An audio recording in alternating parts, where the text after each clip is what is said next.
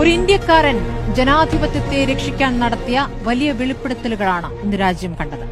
ജനാധിപത്യത്തിനുമേൽ വീണ അണുബോംബ് എന്ന വിശേഷണത്തോടെ വോട്ട് കൊള്ളയുടെ വലിയ തെളിവുകളുമായിട്ടാണ് രാഹുൽ ഗാന്ധി എന്ന ഇന്ത്യക്കാരൻ ഇന്ന് മാധ്യമങ്ങളെ കണ്ടത്.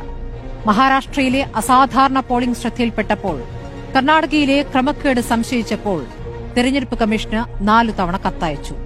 ഡിജിറ്റൽ ഡേറ്റ തരാഞ്ഞപ്പോൾ കോൺഗ്രസ് പാർട്ടി നടത്തിയ അന്വേഷണത്തിൽ തെളിഞ്ഞ വസ്തുതകൾ, 7 അടി പൊക്കത്തിൽ 300 കിലോ വരുന്ന കടലാസുകൾ 6 മാസമെടുത്ത് പരിശോധിച്ചു കണ്ടെത്തിയ സത്യങ്ങൾ, മഹാരാഷ്ട്രയിലെ 40 ലക്ഷം ദുരൂഹ വോട്ടർമാർ, 5 മണി കഴിഞ്ഞ് കുതിച്ചുയർന്ന പോളിംഗ്, തെളിവ് ചോദിക്കുമ്പോൾ സിസിടിവി ദൃശ്യങ്ങൾ നശിപ്പിച്ചു എന്ന തെരഞ്ഞെടുപ്പ് കമ്മീഷന്റെ മറുപടി. കോൺഗ്രസ് പരിശോധിച്ചത് ബംഗളൂരു സെൻട്രൽ ലോക്സഭാ മണ്ഡലത്തിലെ ക്രമക്കേടാണ്. അതിലുൾപ്പെട്ട മഹാദേവപുര നിയമസഭാ മണ്ഡലത്തിലെ ക്രമക്കേടാണ്. 4 ബൂത്തിൽ വരെ വോട്ടുള്ളവരും 4 സംസ്ഥാനങ്ങളിൽ വോട്ടുള്ളവരും 70 വയസ്സുള്ള കന്നി വോട്ടറും അന്വേഷണത്തിൽ തെളിഞ്ഞു വന്നു.